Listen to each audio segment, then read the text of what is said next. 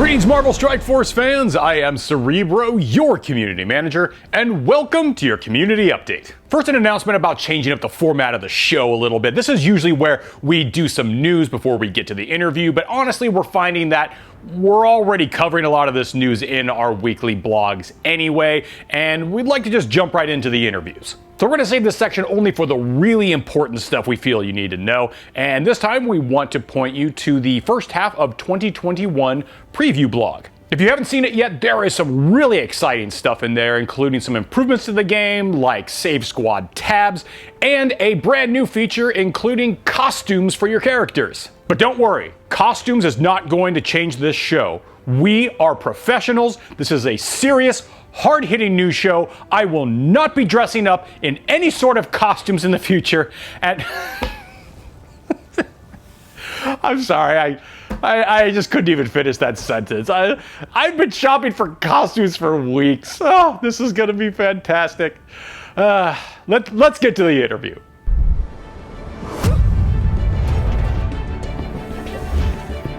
All right, guys, I am super excited to have back with us on the show Mr. Matt Sheets, game designer. How are you, good sir? I'm doing pretty well. How you doing? Oh, I'm doing great. I'm having an awesome week. All right, let's jump right in. We have a new character to talk about today. Would you please do the honors? I'm excited to be announcing Silver Surfer is going to be coming to Strike Force. Amazing, Silver Surfer. And a little birdie told me that you are a big fan. Is that accurate? Yes, I'm a huge fan of Silver Surfer. I started reading the comics when I was a kid, and I got the omnibus of the original Fantastic Four, and just fell in love with him. Definitely a huge fan of the Dan Slott run that came out a couple years back. Yeah, I was reading up a little bit on Silver Surfer, and it said that Stan Lee and Jack Kirby really loved the character, and Stan Lee basically had like an open-ended, like, you guys can use Silver Surfer whenever you want, because he really wanted to incorporate that character into the comics as much as possible. Okay, so obviously Silver Surfer, very well-known character in the Marvel Universe. We've seen him in comics, movies, other video games, to name a few. What's some of the source material that you and the team looked at when looking to design this character? We actually went through like a bunch of different source materials. Like I've mentioned, like his first few appearances, taking some images from the Dan Slott to really hone in on his, not only just his personality, but his actual pose on how he stands on the board, how stoic he is. Like, it's really important to us to capture all that. So there wasn't one particular run. We spent a lot of time diving through a bunch of different Silver Surfer comics. Yeah, I guess to a certain degree, like, his board is really almost kind of like a second half of the character, right? Is like, if you saw him without his board, you'd immediately be like, where's his board? Yeah. Yeah, he himself describes the board as like an extension of his own body, as like another limb. And so it was actually a really big challenge on how do we fit the board into our combat without clipping and going into other characters and stuff like that. So on his turn, he calls the board, he jumps on the board, all of his animations utilize the board, and then at the end of his turn, he'll jump off the board. So then he's not getting in the way of other characters' animations. So I'm really excited to dive into his kit, but really quick first, I think one of the questions that players are probably going to ask, or maybe would have an expectation of, is that Silver Surfer is usually comes before like Galactus. He's his herald, right? Is how the character was created. Is that a sign of things to come later on in the game with the arrival of Silver Surfer? It's definitely an expectation that I think any Marvel fan would have when we're talking about Silver Surfer. Yeah. Our version of Silver Surfer is that he is the former Herald of Galactus, but he's currently not bound to him, so that he has free will to join Strike Force. Powerful villains are absolutely an important pillar of our game, and you can be sure that the team is having discussions what a future appearance by Galactus might look like. Ooh, getting goosebumps just thinking about it. All right, so let's roll up our sleeves here. Let's dive into his kit. Okay. I know players usually like to start with the passive ability because that kind of like sets the stage for the rest of their abilities. Okay. Could you give us kind of a rundown of what his passive ability looks like? Yeah, so bear with me. Silver Surfer is a very meaty and very powerful passive. So on spawn, he's going to gain defense up for 3 turns. On any turn, enemy or ally or himself, he'll heal 5% of his max health. On his turn, he gains 15% speed up to a maximum of 45%. On non-summoned ally death, he'll gain offense up, and if Silver Surfer has offense up, all of his attacks will ignore defense up. He gains 50% resistance, and if he's fighting one or more villain cosmic enemies, he gains an additional 50% resistance. And then he gains 50% focus. If Silver Surfer has one or more cosmic allies, he gains an additional 50% focus, and all his allies gain 50% focus. And then lastly, any enemy with heal block will have their resistance lowered by 50%. Wow, that is a lot to digest. So let's do a little bit of translating out there for some of our audience here. First of all, I heard speed up. So it sounds like he's going to speed up over the course of 3 of his turns, right? Yes. So on his first turn, he gains 15% speed. So after his first turn, he'll have bonus speed, and then his second and third turn, he'll go to 30, then 45%, and then he's capped at 45%. And so Silver Surfer is very fast. He can travel faster than the speed of light. That's kind of how we interpret it into our game, where he's slowly getting speed. And then one of the other things you mentioned in there is when paired with another cosmic ally. So you're going to want to have him with at least one other cosmic ally, right? Usually? Yes. So definitely you want to bring in at least one other cosmic ally. Silver Surfer is known for pairing up with Fantastic Four at times, so Invisible Woman, Human Torch, and Reed Richards, especially since all of his allies gain that focus, it allows like Reed Richards to go ahead and land his stun more reliably. All right, so heal block is definitely becoming more prominent in the game, especially with the recent Shadowland team. And that further reduces their resistance. Why are we including that? Like, in what situations could you imagine that being useful? So healing is such an important aspect in a bunch of different modes.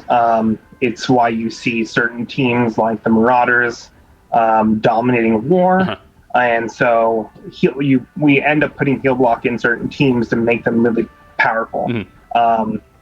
It felt correctly that we knew we wanted to have a resistance lowering mechanic for Silver Surfer, and since he applies heal block on his ultimate, it was a very powerful mechanic that synced up really nicely with him. I guess what comes to mind is that might be good against Black Order, right? Because like Ebony Maw gives them so much bonus resistance, so it's like if you can land heal block on them, then you've got a much better chance of sticking more of those debuffs on the Black Order. Yeah, so Black Order, not only like Ebony Maw gives them the bonus resistance, but also Thanos is throwing out regeneration throughout the entire fight whenever they get low. So if you're able to stick heal block on them, it counters the extra bonus resistance, and then it also stops that regeneration from healing your enemies. All right, let's just go down the list, I guess, from the bottom to the top. His ultimate ability, can you give us a breakdown of that? Yeah, Silver Surfer's ultimate ability is going to attack all enemies for a bunch of piercing. It's going to clear immunity from all the enemies and apply heal block for 2 turns to all enemies. Also, it's going to clear all charged, all positive effects, and then apply ability block for 2 turns to the primary target. And then lastly, this ability cannot be counterattacked. Okay, so the clear charged. Let's focus in on that for a second, because this is something that's very new.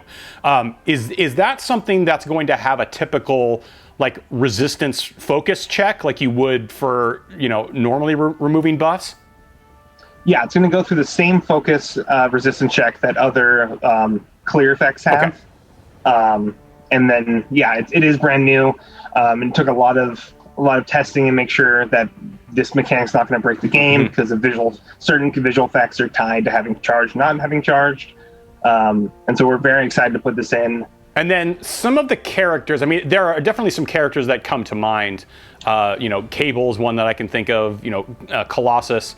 What are some other characters that have charge that could potentially this could have a significant effect against. Dr. Octopus is a character that has a lot of benefit from his charge mechanic, where he gains deflect. So removing that charge is really going to take some of his wind out of his sails. Another character like Swarm or Electro, Swarm will start damaging himself. It can also kick Captain Marvel out of binary, which will knock her down a peg. Oh, I didn't even think about that. It would totally just knock her out of that mode. Oh, wow, that's interesting. All right, moving on up the list. How about his special ability? Yeah, so Silver Surfer special, it's going to attack the primary target for piercing and apply Disrupt for 2 turns. And then he's also going to attack all adjacent targets for piercing, much less piercing, and then apply defense down.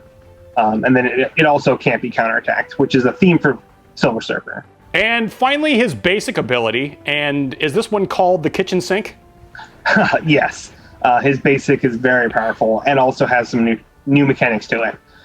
So it's going to attack the primary target for piercing, and then it's going to transfer all negative effects from Silver Surfer to the primary target. If Silver Surfer doesn't have any negative effects, it's going to transfer all the positive effects from the primary target to Silver Surfer instead. Wow. And then the new mechanic that we're putting in for Silver Surfer is when he performs a counterattack or assist, the transfer mechanic will also happen.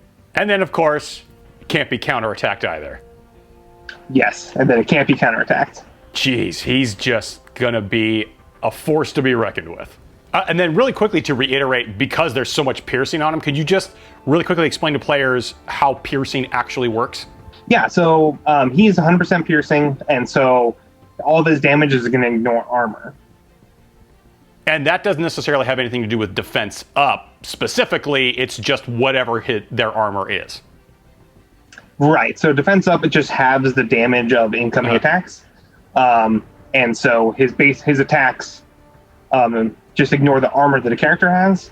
Part of his passive is if he has offense up, then he'll actually ignore defense up. So there's a possibility that he could just ignore defense up and ignore their armor altogether. Yeah. Whew, okay, I think the meta's going to shift a little bit. All right. ISO 8 classes are starting to become more important as the game goes on. People are leveling up their ISO 8s into level 4 and 5. What are we recommending, or what are you thinking? What would you personally recommend as classes to look at for Silver Surfer? Striker is very powerful for him because his basic is very hard. And then his transfer mechanic will trigger on the ISO attack, as well as counterattacks and assists. And so if you don't get the focus roll the first time and you basic, you get another chance with the ISO attack. Oh yeah, that extra basic hit would be quite devastating, I imagine. So overall, he's really kind of sounding like one of those plug-and-play characters that we've got. Like Captain Marvel can really just kind of fit in anywhere. I mean, I'm trying to think. I can't think of a team that Silver Surfer would necessarily be bad for. So, like you personally, in your testing, what are you finding are some good teammates for him? Yeah, he was definitely designed as a plug-and-play character, and so he works really well with most of our legendaries and some of our other characters that are plug-and-play. My personal favorite team with him is Silver Surfer, Invisible Woman, She-Hulk, Dr. Octopus, and Magneto. You kind of get a really ragtag bunch of people that are very powerful. And then because he works really well with Cosmic Allies, if you bring in Silver Surfer or any of the other Fantastic Four, that means he's devastating when you bring in Doom. Oh yeah, Dr. Doom. So I mean, like he's very few players have him yet, but in your testing, you're finding out that he's working pretty well with him. Yes, Dr. Doom is a force to be reckoned with, and then Silver Surfer just piles that on. Nice. And then game modes. Again, sounds like he's going to be useful kind of across the board, but are there any modes in particular where you think he's going to shine the brightest? Definitely in War, for any team where you feel like one character is not really pulling their weight and you want to kind of buff a specific team, you're going to be able to drop in Silver Surfer and have a good time. And then Arena, anytime you're looking to bring a hero Cosmic Ally, you're going to want to bring in Silver Surfer. All right, Matt, thank you so much for being here. I know that our players always love it when you make an appearance, and really looking forward to adding Silver Surfer to the roster. Yeah, thanks for having me. I'm really excited to see how the players think of the Silver Surfer's kit, and definitely excited to see once he's in the hand of the players. Awesome, thanks.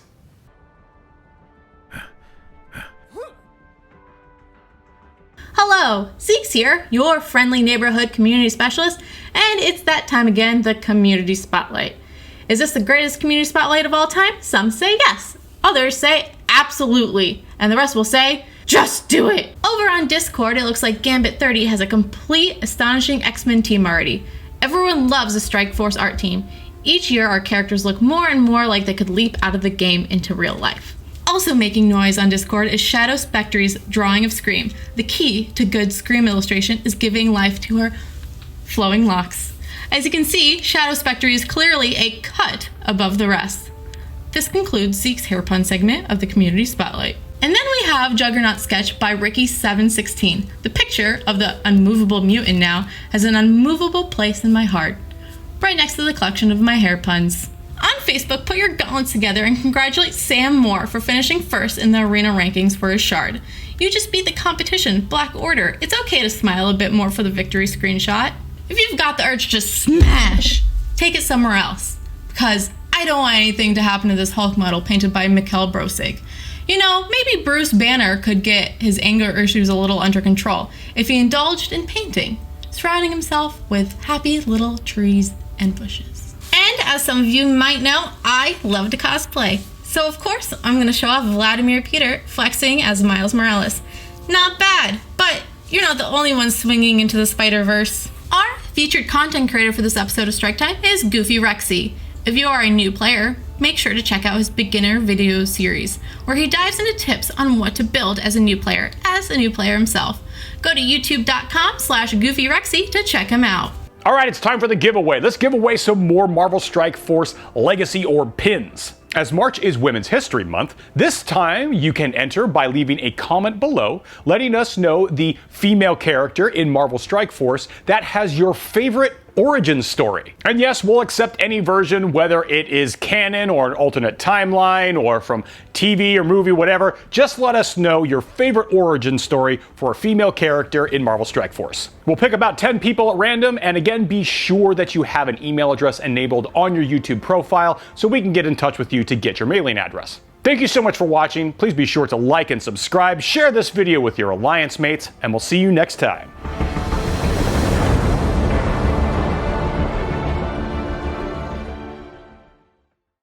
Hey, how many more of these episodes are we going to do in my house? I'm sick of you guys treating my pantry like your personal craft services table. Hey, that's my watermelon jerky.